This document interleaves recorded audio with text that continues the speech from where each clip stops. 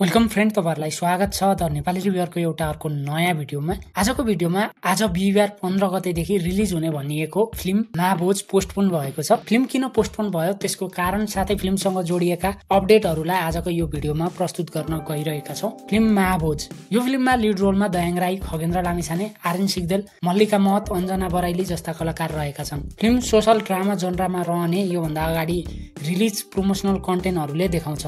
फिल्मको कथावस्तु पनि लामो समयदेखि देशमा चलिरहेको सहकारी ठगी जस्ता कुरालाई प्रकाश पार्ने देख्न सकिन्छ। फिल्म महाभोजको मंगलबार विशेष प्री रिलिज इभेन्ट राखिएको थियो, जसमा चलचित्रकर्मी, पत्रकार, सहकारी पीडितहरुबाट चयनित 60 प्रतिनिधिहरु सहभागी गराइएको थियो। फिल्ममा सहकारी ठगीलाई मर्मस्पर्शी पाराले प्रेजेन्ट गरिएको भनेर सहकारी पीडितहरुले भनेका छन्। हुन त पीडामा परेको मान्छेलाई उसको काँध थपथपाउने कोही भइदिए हुन्थ्यो जस्तो भइहाल्छ। त्यसकारण पनि सहकारी पीडितहरुले फिल्मको राम्रै तारिफ गरेको देखियो। दिनेश राउतबाट डाइरेक्टेड यो फिल्म लास्ट मिनेटमा आएर प्रदर्शन स्थगित गरियो र कारण थियो 15 गते हुन गइरहेको विभिन्न राजनीतिक आन्दोलन र यथार्थ व्यवसायीहरूको आन्दोलन। यो चाहिँ मेकरहरूको ब्लन्डर मिस्टेक नै हो या अहिले हलमा राम्ररी चलिरहेका फिल्म उनको स्वेटर, के घर के डेरा 2 र नरसिंह अवतारमा केही दिन बसेर फिल्मको शो बढाउने स्ट्राटेजी हो, त्यो चाहिँ मेकरहरू आफै जानु। तर मलाई चाहिँ लास्ट मिनेटमा आएर फिल्मको रिलिज डेट स्थगित गर्नु मूर्खता लाग्छ, किनकि फिल्म काठमाडौँमा मात्र चल्दैन,